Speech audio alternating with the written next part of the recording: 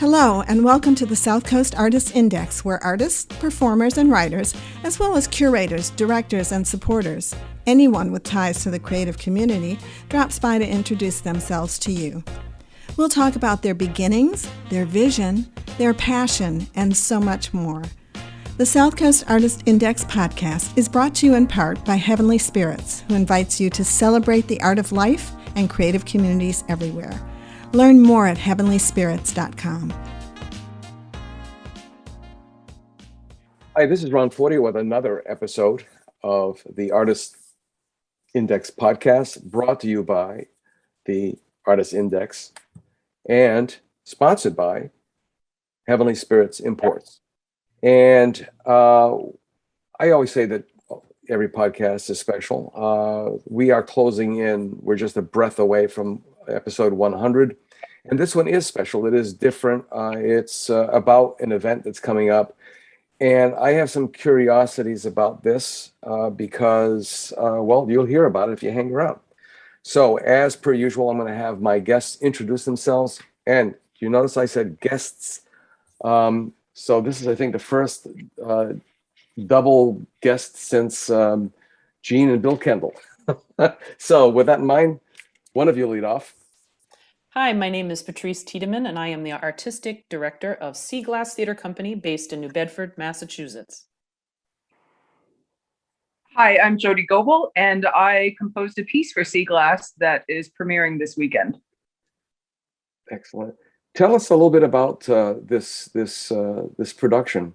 I have a real, I think I have a connection to it. I don't know, but it's always been something that's got into my, stayed in the recesses of my mind. These women specifically. Mm-hmm. You want to take this one, Patrice? You want me to take it? Sure.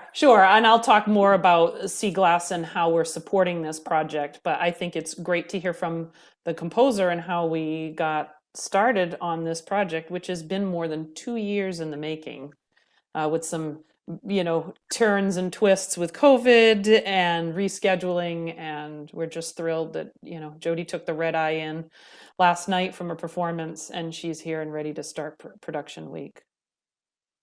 Yeah, I think back in the day when it first started to be a possibility, it was a much smaller project. Correct me if I'm wrong, Patrice. You're right. But You're right. I think we were looking at 15 minutes at something along the same lines thematically, but that would just be the end to a concert that would otherwise be comprised of other material. And then I don't know if this is all due to COVID or just due to the fact that there seemed to be a lot of interest about this, and our research uncovered so much really great material for a libretto. But the project has just grown and grown until now it clocks in at just about 70 minutes. So it's an entire program on its own. Mm-hmm. How did it bubble up, so to speak? I mean, when was that aha moment, or like, darn it, I'm going to do this? I mean, I had always wanted to do a production centered on the stories of women in whaling, because so much of what we are presented is stories about Moby Dick, and so much about what men contributed to the whaling industry. And, we were coming up on 2020 and the 100th anniversary of the 19th Amendment and the Lighting the Way project at the Whaling Museum, and so much feminist and feminist history was starting to gear up, and I got inspired by that, and I said, you know what, I mean, why don't we tell the stories of the women? Because if it wasn't for strong women running things on land or on the sea with their husbands and trying to help manage the ship, I mean, there is documentation of women that actually did the charting and the nautical maps and things like that. And so why not tell these stories? And Jodi and I hit it off from the instant. She's a friend and colleague of our music director, Dr. Matthew Larson, and that's how we met each other. And one thing just kept going and going and going. And at one point, I think I called Jodi and said, how would you like to expand this? Because I think this needs to be a story that's told in a much greater scope than what we originally had envisioned. And And Here I we was are. super happy to get that call because I was in the middle of reading. The really interesting thing about this particular libretto is that no one has written it. We have just sort of collectively compiled it and edited it.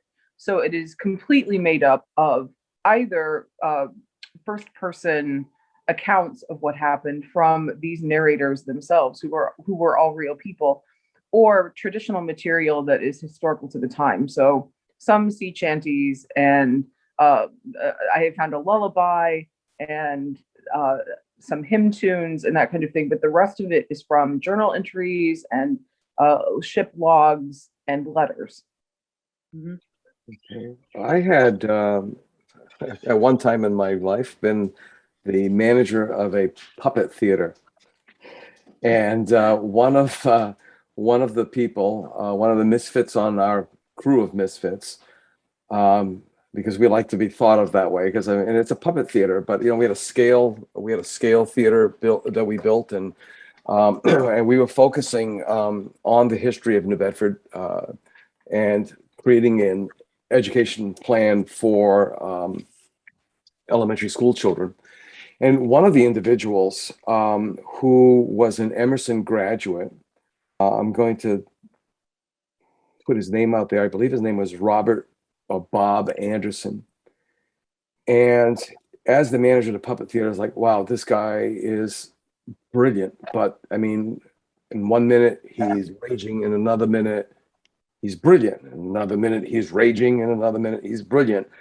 But I still get emotional thinking about him. I always wonder whatever happened to him. He wrote these little playlets about women on the widow's walks, and they were as disjointed as they were. I'm welling up right now. They were just, and I could see the performance. I always wondered, why hasn't anybody ever done this? Well, thank you. I wish I had I copied his writing, but unfortunately it's in storage in Portugal. Well, I don't have access to it, Yeah. There is some text that's very much like that. Women who are writing letters to their husbands and sort of talking about what's happening in their world, but also there's this language of loneliness and affection across the miles and that kind of thing. And it really resonated for everybody on the team, I think, because of COVID. These are old words. These are words from the middle 1800s, but they felt really modern because they were about disconnection and the desire to connect. The being up on the walk. I mean, and there's again too, as you've probably found out, there's a lot of myth mixed with reality. sure. Mm-hmm. We see those cupolas. A lot of them are attributed as a widow's walk, and a lot of them actually were. But I can still, see his words in my mind of the pacing back and forth with the eye on the horizon because the ship is overdue, and she's frantic. She doesn't know, what's happening because there's no communication like we have today. Well, and we're fortunate in this show that we have several characters who kept detailed journals of their time on the ship. Betsey, Morey, and Eliza Brock and Susan Veeder all kept diaries. So we have these first-person accounts of their individual experiences on the boat, and they range from fascination and a taste for adventure to extreme, profound loss and consternation and irritation, and so there's boredom. Well, yes, my character sings, we haven't even seen a whale yet. All I see is ice. And so you have all that, wide range of emotions. But I mean, for Seaglass, we've been around since 2016 in New Bedford. And, our mission is to present the creative programming that's accessible to people at a good price point and is accessible to them in that the shows are a little shorter and the price is kept down so that people feel like, oh, I want to try this. And so this project fits in beautifully with that mission and the vision of the company and the creative programming that we've been doing the last 5 years and that we are going to continue to do. But producing a world premiere is its own special thing, and I'm very fortunate that Jodi is such an amazing soul, and that between our chats and with Dr. Larson that we were able to really make this project happen. And it doesn't come without support of, cultural councils, and I mean, the project is supported by multiple cultural councils in the area and the Helen Ellis Charitable Trust. And, I mean, we had a lot of help from the Whaling Museum, from Mark Prochnick and the librarian there. I remember saying to Jodi, I really want to have, so Ron, I don't know if you're familiar, there's 2 stories that float around with women in whaling of women who stowed on board pretending to be men. Yes, because there was a superstition about women and cats. Correct. And women who wanted to work on the ship. So I said to her, there's these 2 stories floating around. And Jodi really kept me on the straight and narrow and said, it has to be a direct account. It just can't be.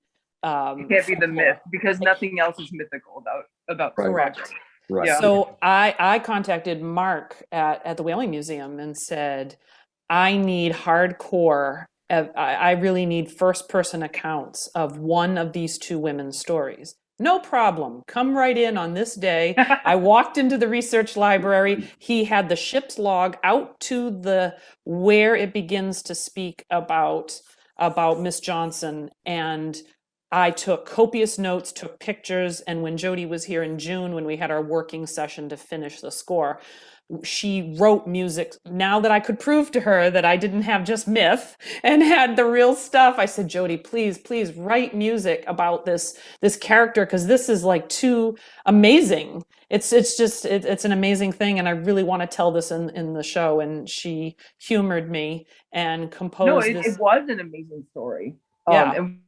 And it was, the score is absolutely better because we included it, but it took some doing, because almost everything else in the show is first person. Makes sense, right? It's a work of theater, and these singers are portraying characters, and they get to speak in their own words. And in this particular case, we had this fascinating, really, really vibrant story about this woman who disguises herself as a man and goes to sea and saves the ship. Like the ship is in distress, and somehow she's the only one who knows what to do, and she manages to unhook the right sail and bring it right again, and is commended by the captain and all of this. And then she gets sick on board the ship, and they discover in the infirmary that she is a woman, and it does not take them 24 hours to put her ashore. They're just like, oh, yeah. And I'm reading in the ship log. Yeah, she only really gets one line that is directly attributed to her as a quote, because the ship's log is written by the first mate of that ship. So we decided, we came up with, and I think maybe it was Matthew who had this idea, to have the other women characters tell her story. It comes back 3 times that she appears, and she is a sort of mythical character to them, and they tell the whole story arc in 3 chunks throughout the opera. So she's the thread that runs through the. Yes. Right. Yeah. Right. Almost like a narrator of sorts, or a presence of sorts. I've lost all my theatrical terms. It's like, it's been so long. It's been so long. I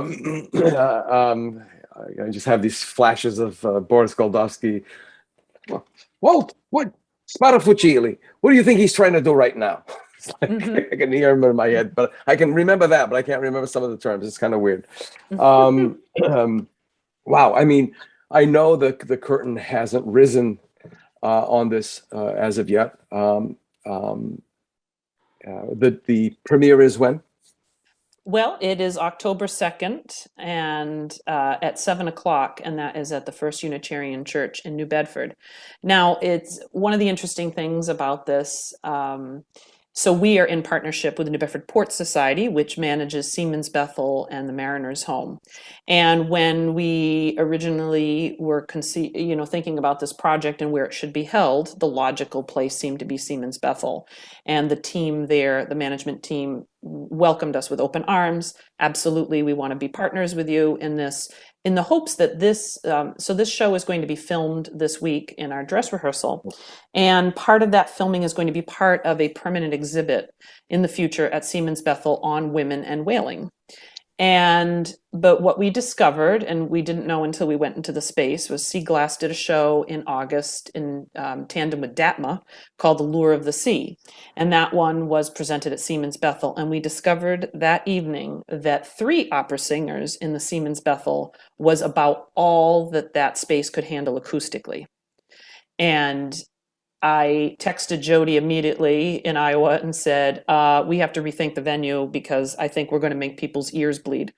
And so we went to the First Unitarian, to their team, and they said, come on up the hill and we'll do it here. And so we are doing it there, but it is still in partnership with the Port Society. We value that relationship, and it's going to be exciting to see how the footage of this show evolves into that exhibit. And as more things are recorded to be part of the exhibit, some more firsthand accounts of the women and different things, and that will come in time as we, figure out exactly what the scope of that project is. But yes.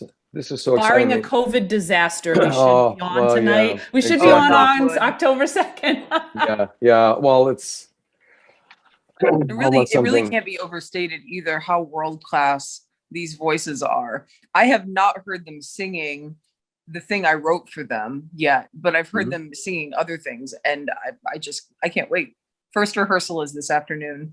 Wow. Well, I mean, and one of the other things, my mind is racing forward already on this, and you already answered one question. It is being recorded for posterity.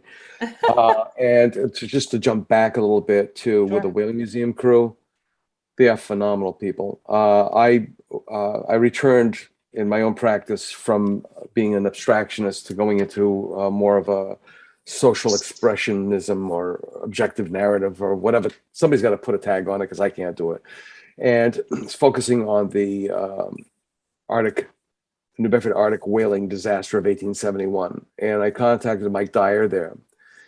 And very similar thing. He says, come on down. I got everything ready for you. I walked in there. I don't know.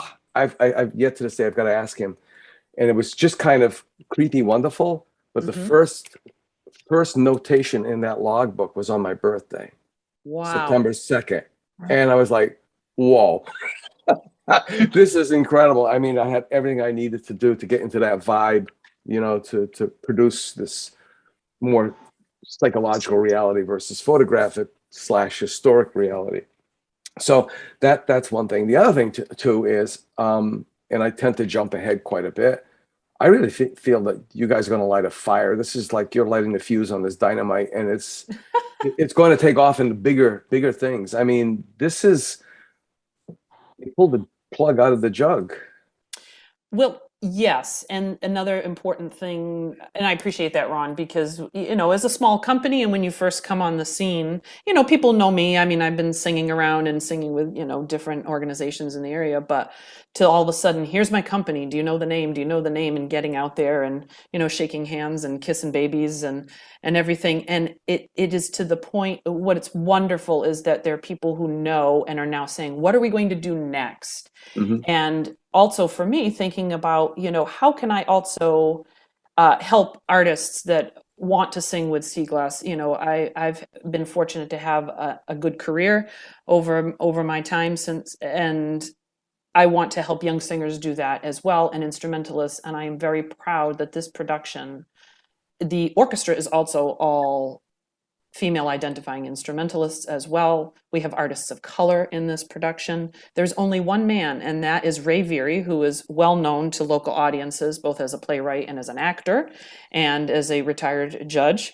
And he is portraying the character called the Man in the Boat. And that name has never changed, Jodi, has it, since the beginning? No, you knew that you wanted it to be that from the beginning. And the reason is because, Ron, if you think about it, when history is written about men are named, and the women often are faceless and nameless. It's just Or the their wife of. Yeah, the exactly. wife of, the mother of. And so I wanted to flip that coin, and every woman in this show has a name and the man does not, because he is the everyman. He is the husband, the brother, the sweetheart, the son. You know, one of the characters sings about her fear of her sons going into whaling. And so I really wanted to do that. And another thing is we also have the help of Lee Blake and the New Bedford Historical Society for this project. So Lee has been a mentor of sorts to me, an inspiration. I've known her through Seaport Cultural District and her work with the Historical Society. And she came to me and said, my ancestor, Amelia Piper, has a connection to whaling and to the city, and here's what the connection is. And so this character is in the show, and Lee is coming to the performance, and I cannot think of a sweeter thing than to have that story of an abolitionist, former slave, who becomes this successful abolitionist, beautiful writer. I mean, her letter, right, Jodi? Her letter to William Right. Garrison. Her text is taken from a newspaper article, a letter she writes to the editor of the paper called the Liberator Gazette. William Henry Garrison, is that? I think That's so. right. She sings. William Lloyd Garrison. William That's Lloyd. correct. Thank you. Yeah. And it's taken word for word, her letter. And she has this big fiery, almost like a political march in the middle of the show, where she sings this letter that she wrote to him. And we are responding to her as if we are at a feminist rally in the mid-19th century.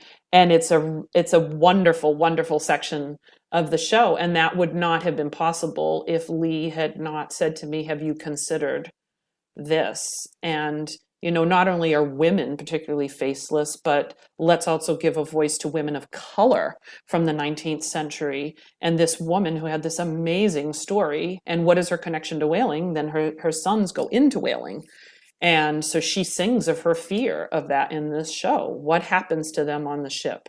You know, we have survived slavery, and now is the sea now going to take my son? And so explaining that to Melynda, who is portraying Amelia in the show, she said, oh my goodness, I didn't even think of it that way. And now that you framed it to me that way, it gives a whole new thrust to this music. I understand why Jodi wrote the music the way she did, with this urgency, and the piano and the orchestration at that point is so fevered, because it's that mother's, you know, anxiety, exactly. So yeah. It's that mother's anxiety. The beauty of all of this is that it's stitching together all these almost disparate entities or feelings or thoughts or events. I was just at the Whaling Museum this week taking down my show, and I said, you know, I remember you know, people saying, oh yeah, I was there in 4th grade. Well, you've got to come on down and check out that place because it has grown tremendously. It's still growing, but there's another aspect to it. They have brought in all these elements that needed to be brought in, and perhaps were at one time, because they weren't included, perhaps at one time, by not having these elements included, you had people who looked on the Whaling Museum as an elitist group. All they were interested in was one subject and nothing else. And it's so not true. It's you know, they've brought in textiles, they've brought in so many elements. It's, you know, it's absolutely amazing. Moving forward with the performance, and again, you still haven't taken your second bow, but do you have anything rolling around in your head that that you'd like to, you know, aspirations? I mean, where would you like it to go from here once the curtain closes? This particular project or the Exactly. company? Project wise, so Jodi and I have talked about what is the future of this. And we have had interest already from a symphony orchestra. Surprise, Jodi. Oh, yeah, I didn't know that. Yeah, surprise. You heard it here first, folks. Yeah. Here, there you go. Breaking news.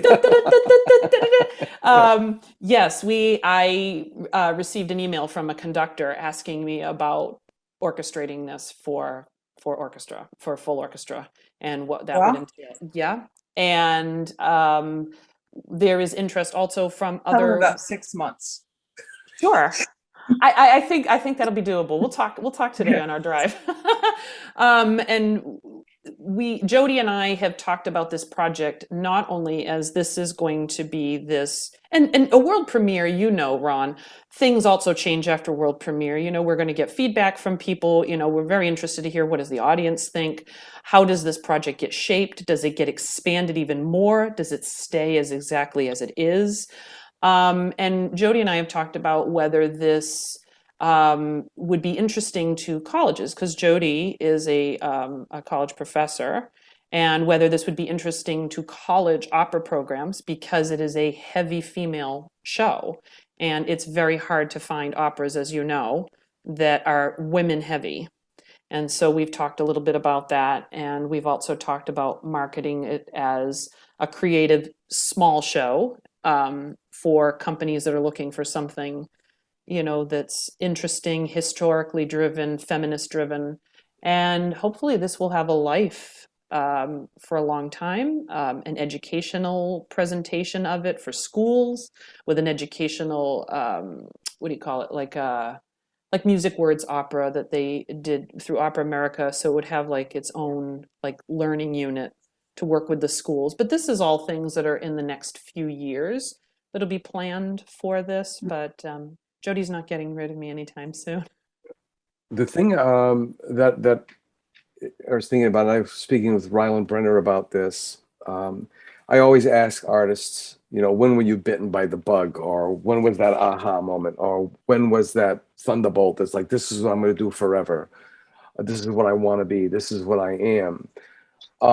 And so many people that I've interviewed on this podcast, it really comes down to experience, where they were just like dipped into something. There was no grand plan. In my case, it was an uncle who was just ravenous for culture and took me to every gallery and museum in New York City. It seemed like every single day when he got off of work. He was a newspaper publisher in exile, but that's another story. And I've heard so many other people saying, oh, my mother was this and my dad was that. My mom was a painter and my dad was a musician. I think that was Ryland's parents. And they never pushed in everything. I just grew up around it. And then my connection to the opera, oddly enough, was that same uncle listening to Goldovsky, the voice of the Metropolitan Opera. And the incredible, like, oh my God, really? I'm going to be designing sets for this guy? How does that work? I mean, there is a serendipity. There's all that other stuff, but we haven't had opera in town for a long time, since the Colberts died. Mm-hmm. I'm just wondering, what little boy, little girl are you going to light the candle? Show them like, wow, this is so cool. I want to do this. We need more of these experiences for children, especially to aspire to be exposed to. So exposure is a very, very key word. Very much so. And the artists that are singing in this show have such varied experiences, different cultures, different ways of walks of life, education, everything. So I think there's a lot to be said there. And we always say to experience music and art is for everybody, whether you take that as a profession or it's an avocation or just something that you enjoy. We need loving, open people in our audiences too. That is as important as also fostering the next generation of performers. My goal is, we joke with the audience. I always say, if you love what we do, please tell your friends. If you don't love what we do, please just tell me. Just tell me. That's my job, and let's see. Is there something there that we need to address? But to have an experience and to say, I went to this Seaglass show and this was something. Even if I'm not interested in opera or classical vocal music or whatever, but I thought the production was interesting and I was entertained. And maybe I'm not going to go listen to Parsifal, but maybe I will come to their next thing. And we do a variety of repertoire. I mean, we are actively working on doing a Forgotten Musicals series and doing musicals in concert that have gorgeous scores that just don't get mounted as full productions, and to do other kinds of repertoire, and to do our Jewel Box series, which is much more intimate things. So there's a lot that Seaglass has got planned. So just hit your wagon to the star. I mean, we're trying. Yeah. Also, I think, sorry to interrupt. No, that's I think that opera is something that it's hard to fall in love with the recording of opera. But when you hear it live and all those overtones are in the room and you see what a superhuman activity it is. I mean, we are talking American gladiators, opera singers, to make that sound from a human body unamplified. It's really something. And I've watched people catch the bug in person who probably wouldn't have if you'd played them a CD. So It's really important to have a live company and a live local company. Shakespeare's is very similar. I mean, trying to learn it in school, and back in when I was in school, they had the record and they had that film strip thing going, and it was like, okay. But to go see a live performance of it was oh my gosh. I mean, it's so much more, obviously. There is the smell of the grease paint and the roar of the crowd kind of concept that still holds true.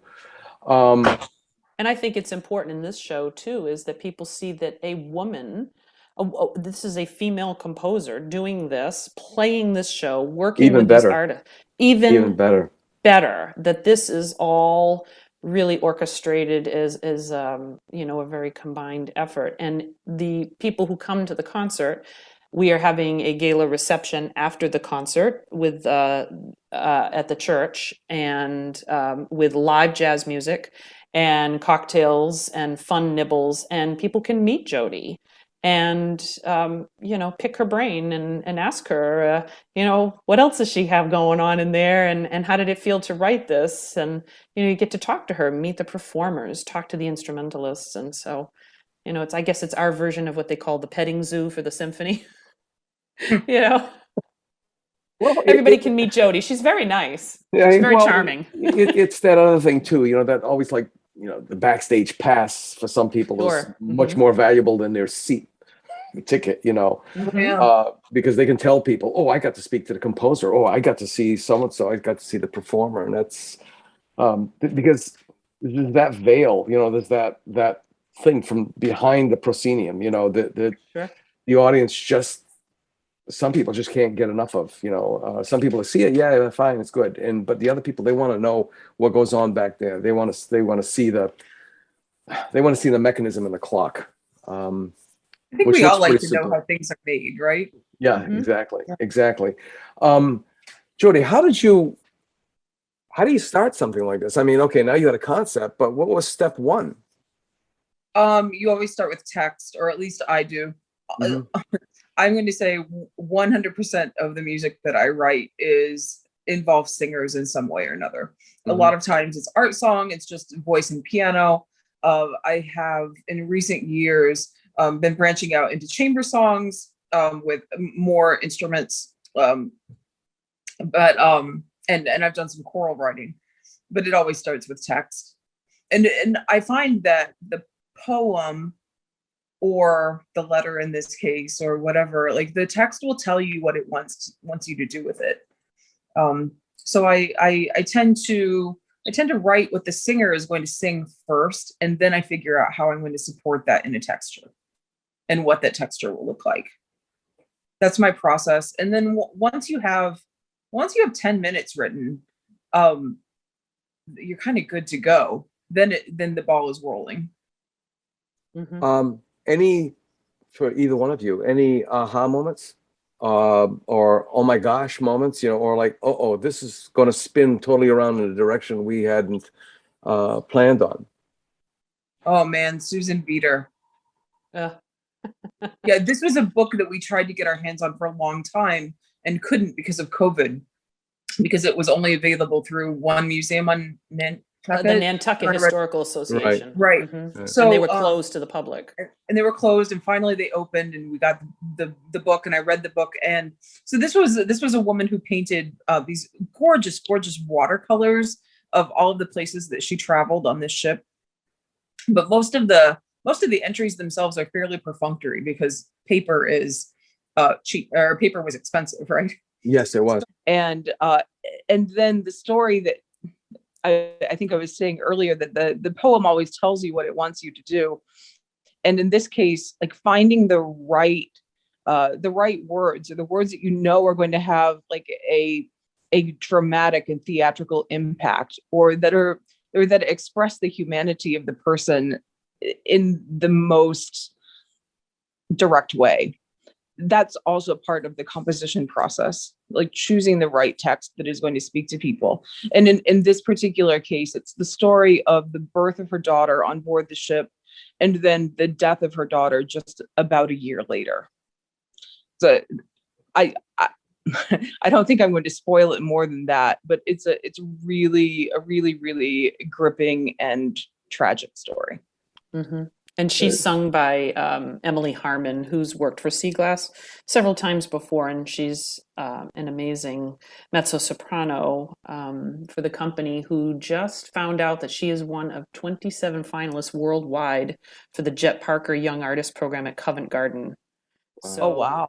Yes. So after this production ends, she'll be focusing on preparing her live audition for Covent Garden. So Jodi wasn't fooling around when she said we hire good singers.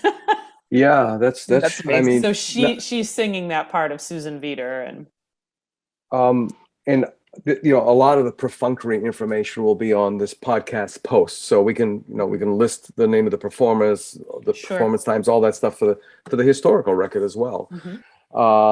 But in my new investigations, the subject matter that I've chosen, the Arctic whaling disaster, America's Guernica, Greenwood, the Greenwood massacre, and then a story about passed down for 5 generations from my wife's side of the family. I try to put my head into that space, into that time. I try to smell things. I try to feel the temperature, the humidity. I mean, all these kind of crazy things. How does an opera singer, in this particular case, a performer, how do they get into like Veeder's head? I mean, you have to empathize, right? I mean, it's just not the recitation of the mechanical, academic recitation of words. It's a lot more. Well, and I think it's my job as the composer to write music that illuminates the text, mm-hmm. that sort of brings it to the next level. And also I always try to write in a way where the words are going to be really clear. It's not difficult to understand. I think about speech rhythm, and then in music we have pitch and duration, and we have beat placement for emphasis, right? Is the pitch higher, it's going to stick out of the line a little more. If it's longer, we know that it's more important. And then where it falls in the bar, where our ear hears importance or lack of emphasis, that all kind of goes into it too.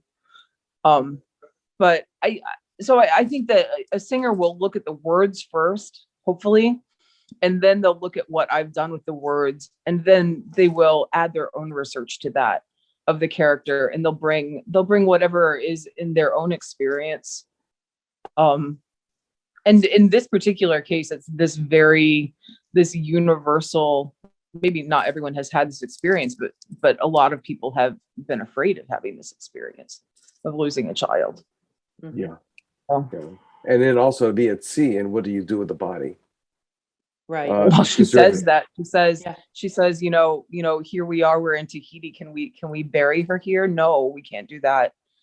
So they delay the ship leaving for a couple of days so they can have a lead line coffin built so they can bring her back to New England. It's almost like Antigone, looking for her brother's body, trying to bury her brother's body. It was her brother, right? It wasn't her father. I think it was his brother.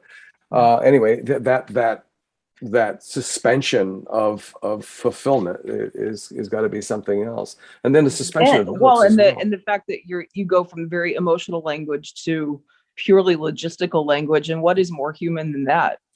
Having an experience of grief or loss or on the other hand joy, and then immediately having to figure out what people are going to eat that night, or exactly yeah, we're always veering back and forth between those things. It is so true. It's so true. I remember one specific death in the family where hours later we realized we hadn't eaten in hours, and then everybody had the same and then we felt guilty that we thought about that. Right. Well, and there's a comic line, and it's directly from the ship's log talking about Ann Johnson, where you're going through this thing where she has saved the ship, and now they've discovered she's a woman, and they're going to take her off the ship. And there's this very funny line that's so matter of fact, where they talk about how they went back and forth deciding what to do with her, and it said she was delivered to the diplomat. So ends the day. And that is the direct line from the mate's log. All of this big stuff happened, that they discovered their heroic young lad was a woman, dumped her off the boat, and was like, okay, next day. Right. And there's so much humor in that. And I can't wait to see Ray today for first rehearsal of the narration to get that beat of that line, so that you have these moments of humor in this score. And I'm singing in this show. I wasn't originally supposed to be singing in the show, but I am. I'm glad I'm singing in the show. Oh, thank you. But it's been the music is been challenging in some ways, but the way that Jodi writes tells you what to do emotionally. There's a lot of that. It's very instinctive. I've done some scores where I've really had to bring a whole lot of my own, what we call our inner monologue, to the piece to make something of it. And this piece isn't like that. I have this where I talk about the sky and how peaceful everything is, and the way she writes under that, you can feel the moonlight on the water under the vocal line, like you can physically smell the air when you're singing it, if that makes sense. It's just this all-encompassing of your senses, and it's been very interesting and wonderful as an artist to experience that. I've never had that before. So yeah, that really is. I think that's really, it's that connectivity that it's hard to really put your finger on it or to give it an actual term. Now, Jodi, you've written these parts, and I'm just sort of curious, did you write one part a certain way until the selected performer started rehearsing, and then you went, oh my God, I can tweak it? They brought more to it than you had even anticipated, because now the words are coming out of their mouths versus from your mind to your word processor, so to speak. That would be the question to ask me tomorrow. Okay. Once I've heard them. We've tweaked little tiny things, but Matthew Larson has been preparing the singers up until this point, until I was in town. So all of my communication with the singers has been secondhand, and it will be conversations like, this pitch is difficult to find, or we need a little bit more rhythmic impetus from the orchestra in this particular section. It's been small things like that. Okay. So you're going down the wire basically on this. Yeah. Well, so it always is, right? What's what today? Well, we had a working session in June. I mean, Jodi was here in June for a week, and the three of us worked together on the score. And it was kind of funny because at that point I was not singing in the show. But when we were kind of singing through it, the line I kept going back to was Eliza's, which is kind of funny because that's the part I'm singing in the show. That was the one I naturally gravitated toward. But there is very little in the preparation that we've done as singers working with Matthew that has a red flag on it, like, oh, this needs to be changed. It's tiny little things like, oh, I need an extra small beat to breathe here, or this will work better ensemble wise, because there's some tricky a cappella singing in this show. And so we've, smudged a few things here and there, but basically what we finished on July 1st is what's going to be sung on Saturday. Okay. 98% of, is exactly how it was back in the beginning of the summer. 98's a good number. It is a great number. But doing that that workshop in July was really important, because without it, we wouldn't have that, that extra 7 or 8 minutes of music that is the Ann Johnson music. We added that whole storyline. So. And we figured out what the narrator was going to do and what was his purpose. And so there's not, the interesting thing about this is that the women, and this is kind of like a collective women's experience, is that the women don't really talk to each other. There are a few moments, the blubber waltz and a couple of other things. Waltz. We call it the blubber waltz. I love the blubber waltz. It was one of the first things I knew I wanted to set. Yes, I remember that.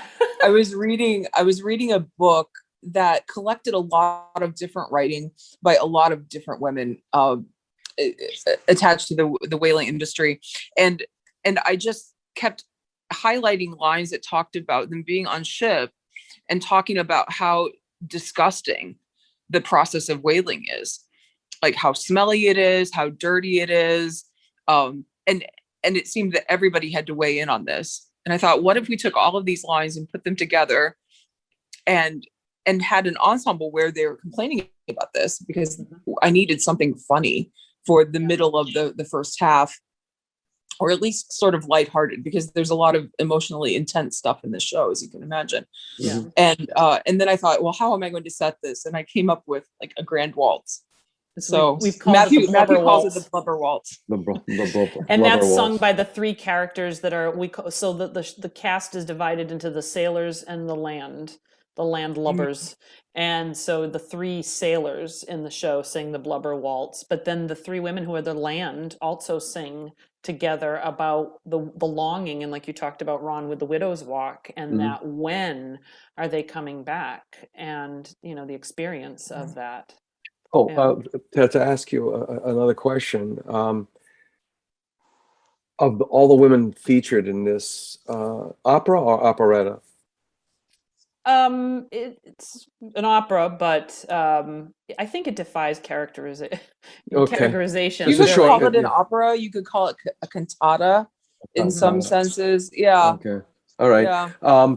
How many of them of those characters are totally land-based, versus the ones that were actually on board a ship? So it's half and half. It's half and half. Okay. Yep. And 3 are from Nantucket and 3 are from New Bedford. Okay, so that's got to be a really interesting interplay between the women who stayed home and bit their nails, so to speak, and paced the walk and looked, scanned the horizon because they had no idea what was going on, versus the women who were there in the thick of it, experiencing everything that was going on. And some of the ship's captains, I'm assuming, based on the little bit I know about the industry, is that more than likely, if there was going to be a woman on board, it was going to be the captain's wife, and pretty much the captain would say to the crew, "Get over it." And that's the way it went. I mean, sometimes the wife would also be integral. She would act as a ship's doctor, not the surgeon. The ship's doctor, and a bunch of other things that were involved, and sometimes the accountant, because they would count, do the law, the entries, or the moral center too. There's also a lot of writing about how and that's why they didn't sometimes want the woman on board, because they felt like, now they have to watch their language, and the wife is taking notice when they have shore leave, who's coming back on time and who isn't, and all of that. Right. So there's that part of it too. And with the Port Society, I mean, their connection to this too is that Seamen's Bethel was built by the ladies' branch of the Port Society to provide a chapel in New Bedford so that whalemen with pockets full of money would go to church and pray rather than spend their money in places of ill repute. So it's kind of neat that we have that connection with the Port Society, because they are so much ingrained. It's kind of funny when you think about it, right? They come off the ship, they get their share, and their pockets are heavy, and they're like, come on up for a service, give thanks to God for a safe voyage. And they're like, no, I'd actually like to go to the pub and then look at a pretty girl for a while. Because I haven't seen a woman in 3 years. Right. And regardless, somebody's willing to take your money. That's correct. That's correct. So that I appreciate that. I thought that was very funny. And of course, being a native of New Bedford, reading the history and about the streets and the different things that are laid out, it's so amazing. And you just you stand on those cobblestones, and sometimes you just try to feel the ancestors, feel the spirits. There's so much, there's so much there. I remember one of the former curators of the Whaling Museum when I was working for the Office of Historic Preservation, Mr. Perrington. I was told I was one of the few people he ever got along with outside of the museum. But I found out he was a Yankee horse trader. And basically it's like, I'm not going to talk to you, kid, unless you got something for me. So I was like, well, what do you want to know? I want to know about the Duffs. So I was like, oh, funny you should mention that. We're just doing research on that particular property right now. You come back and you tell me what you found. So I would, a couple of times I'd go there. And then after a while, it was like, whatever you want, Ron, just go in the back. It's over there. This is from a guy who would stand guard with his arms crossed. You know what I mean? Oh, yeah. And it's nice, too, because so much, I'm also, my ancestry is Portuguese and Azorian specifically. And so it's amazing how many of these women in their ship's logs do talk about going to Fayal, and they sail to the Azores because that was a common point for for the ship to restock supplies, to get mail, to take time on shore. Many women had their babies in Fayal if they were pregnant on ship, and then when they docked there, if the timing worked out, they would have a midwife there and deliver the baby. And so for those of us who are connected to Azorian heritage, it's also kind of neat because it pops up all the time. I think you have hit all the keys on the keyboard with this production. Seriously. I don't know. Maybe it's just me because I see patterns and trends and connectivity everywhere, but this has really got me excited as all heck. We only have a few come on down. We've got tickets available still. Sure. It's a nice large church, and the audience it's a beautiful will be church. masked, and the singers are getting tested regularly and will be tested. They will be performing maskless in the concert, but they will all have had negative tests for the performance. So it's very safe.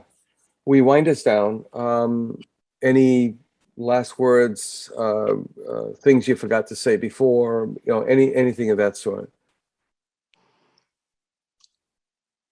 I don't know. I think you've been really thorough in your interview. It's been great to talk about the project.